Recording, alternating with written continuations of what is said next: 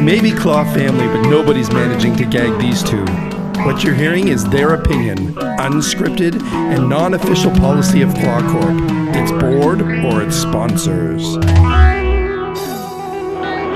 Off the record. If we're very strict with the tradition part of it, Mm-hmm. then maybe we're not allowing for that experimental or, trying something for the first time. Okay. So there might be a rubber social, but you own nothing in rubber. But maybe you're curious about rubber. Mm-hmm. I want you to feel comfortable going to that social, even though you're not wearing rubber. Okay. But But to at the have a same group time- that is Bluff is a membership group. You need to be a member to be part of Bluff. And you get a number. You get a membership number. So this is almost I don't want to say private because it's they will allow anybody. Well, I can't say that, I don't know the rules, but it is still kind of a private group that happens inside of CLAW. So we're not saying, hey, you know what, you can't. And we're picking on Bluff. We probably shouldn't, because to be honest, I have seen people wearing rubber at a Bluff dinner. Yeah. Right, I have. So, I mean, again, is that them evolving? Right? I look at it this way. The people like myself, we're getting older, and we have knowledge, and we have certain stories, and we have all of those things. The elders, and it's an elder of any. Oh my God, I can't believe I just called myself an elder. The elder in any group, they all have stories, and they all have experiences, and they all have visions of how things were in the past. And I mean, my recollection of what happened 20 years ago isn't going to be 100% accurate, and I can't ever say it's going to be. This is my recollection of it. Yeah. And it's the same thing for all the groups. So when a group, say that, and it's not necessarily new, but it's come a lot more to light, say ADBL, right? Adult baby diaper blinders. So they're coming in now, and they want to wear diapers, and they want to, have a space where they can be in a crib or in a high chair and everything else. It is not for me to judge that. It's not. It is for me to help support you in your kink. Just because it's different in mine doesn't make it not relevant. And people need to do the same thing with, say, somebody like myself, which is, I am a little bit more old fashioned, I guess we'll call it. And a lot of my thought processes are based in, that old guard kind of leather thing. But it doesn't stop me from appreciating, ADBL. It doesn't make me not understand that there are more than two genders. So the people that are on the opposite side, right, that are experiencing these things for new, they need to give us, as much respect and as much space, I guess, as we're trying to give the other people. Yeah.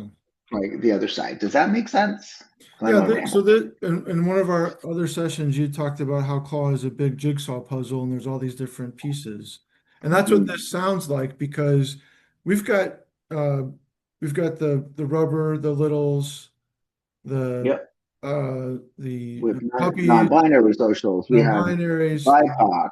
We have Asian trans, socials. We have all these groups that we're trying to make sure that they all feel welcome, accommodate, that we've got some kind of an event that they can go to, that they can say, this is my event within CLAW. And to try to get all of those groups in one building for 4 days is mingling together is mind-blowing. Yes. And you're making a really good point. One of the first things first shows that we talked about is, what makes us different. I think that kind of makes us a little bit different. I mean, most of the other events, they're open and they're welcoming, but we really, really take a lot of time to try to have something for everyone. And we know, please do not email me or freaking put a ticket in saying, hey, you don't have this for my group. we are doing our absolute best, but we are always going to miss something, and we're never going to be able to have every single thing in 4 days. So you know, if it's something that you're doing that we're not doing yet, and I say yet, forgive us. We're doing our very, very best to be as inclusive as we can with things. I think we have more diversity in our programming than we've ever had. It's going to be at CLAW 26 when you look at Wow, when you we look at the do. schedule and the socials and the different groups that we're representing. I think it's really something. And I love how for that 4 days we're all in a neutral, safe Hmm. place where, Yep. like you said earlier, people can express themselves how they want to express themselves. If you Yep. want to wear diapers for 4 days, go for it. You want to Yep. dress up as a little and cuddle, go for it. You want to wear full leather gear, uniform, and go to the cigar tent, go for it. Yep. It's you can be who you are often, and what I love about Claw too is there are some people who come to Claw and only at Claw. It's only for Hmm. those 4 days out of the entire year where they feel like they can be themselves because of their Are you in that group, Roger? Or were you in that group? I think maybe I was in that group. I don't feel like I'm in that group now, Right. but I think I probably came from that group, just not knowing very many people in the fetish community. Now I Right. know a lot of people in the fetish community, but starting out, I didn't know anybody. And Did you so, think coming to Claw helped you on your journey then to help you oh, become more comfortable for the rest of the year? Claw is my journey for sure. Absolutely. Wow. Yeah. Okay. Yeah. And I think, if someone has an interest in a fetish, even if it's not leather, and Hmm. maybe they don't own, maybe they're into rubber, they don't own not one piece of rubber, or they're into littles and they don't, they've never owned any kind of Anything. Yep. anything, or they're curious about puppies and they've never put on a puppy hood before, or been in that headspace, or been to a pet mosh. Like Hmm. you don't have to have a suitcase full of gear to come to Claw and have a good time. Right. You can you come to Claw because you have maybe a uh, an interest in something. We have a whole mix. We have our diehards. We've got our I call them costume changers. I'm probably one of Mhm. them. Every hour you It's go to your you. room and you put a new uniform on, right? That's you. Yeah. All right, so you have guys that come with suitcases full of gear, and they're every couple hours they're going up to their room and putting a new uniform on, but and then you have people who come with just jeans and t-shirt, Yep. And that's cool too. and The they're having just as much fun as the guys in full leather. Yeah. I can remember well, a lot of years ago. There was a boy who'd come to me and says, "Oh, I can't. I don't even know if it was Claw. I think it was another event that I was putting on at that time." Um, and they had said, "Oh, I can't come. I don't have, I only have a pair of boots or a." It was one single piece, one item. And I'm not a leather man. I don't know. And I said, and I still stand by this. The gear is not what makes you a Leatherman. It's what's in your heart. It's what your beliefs are, Yeah. right? And it's a spirit. It's the same thing with I've had the same thing with people with puppy stuff. Oh, I don't have any puppy gear. I don't have any paws. I don't have any of this. I don't have any of that. And my response to that is, and this is a personal thing, which is I like a puppy to be totally naked with no gear on. And if you can still get into a headspace totally naked and we can interact, then you know what? We can get you that other stuff later, right? That's not what's important. What's important is what's in their heart and what's in their mind and what's in their soul to get them to that place. It's never, to me personally, it's never the gear, it's the person. Yeah. My first piece of anything leather I bought at my first Claw. See, I love that. I love that. It Well, was are you able to share? it Is was it like a a pair of sexy jockstrap, Roger? no, it was combat boots I bought at the vendor market. Mm, Yep. Which, by the way, I've had how many years now, and the heel is coming off, so I need to take it in to get fixed. definitely. Yeah, but yeah, I've worn those quite a bit. But yeah, so if going tying back into traditions, and then we got to cut this loose. Yep. How can what do you think CLAW as an organization, what do you think our role could be or should be in terms of keeping those traditions alive? Oh, that's a interesting question.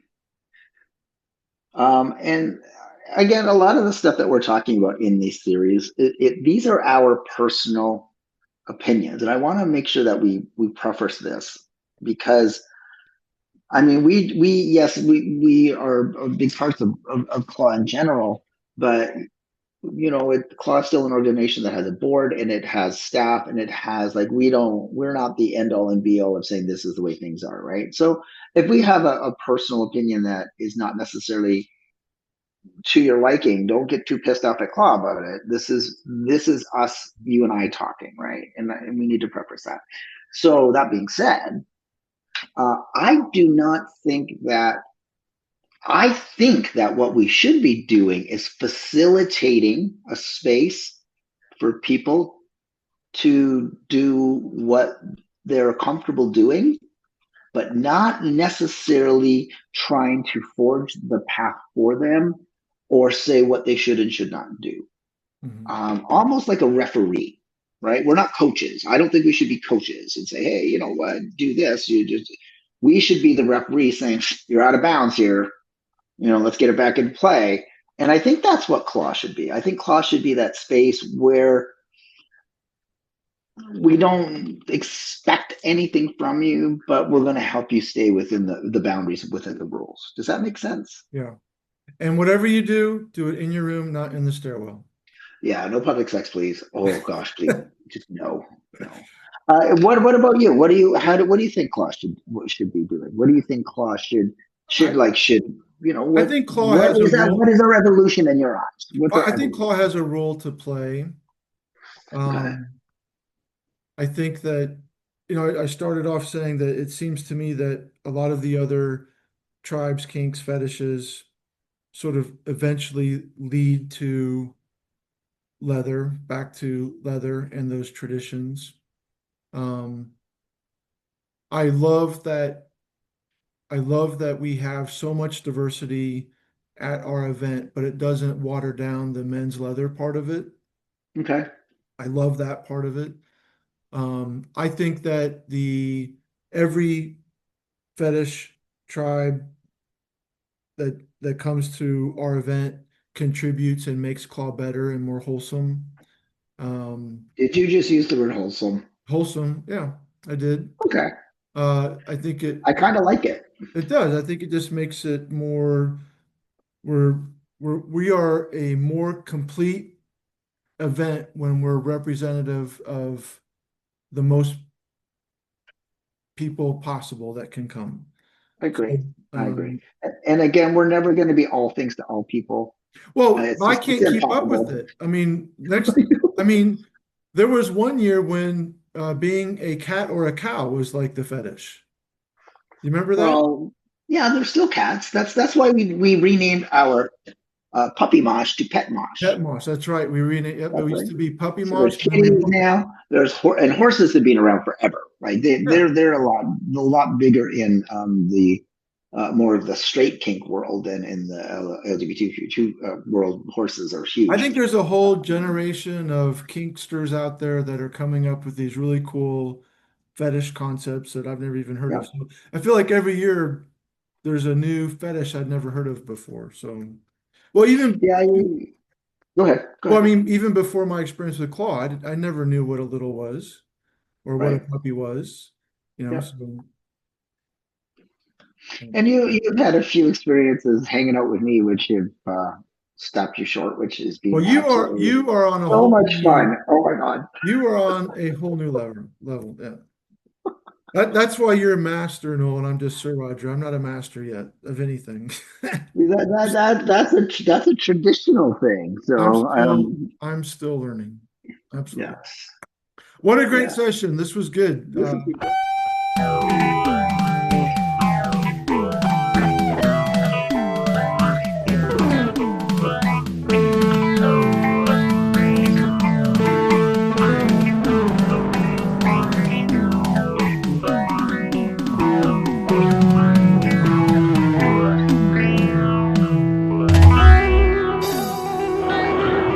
off the record.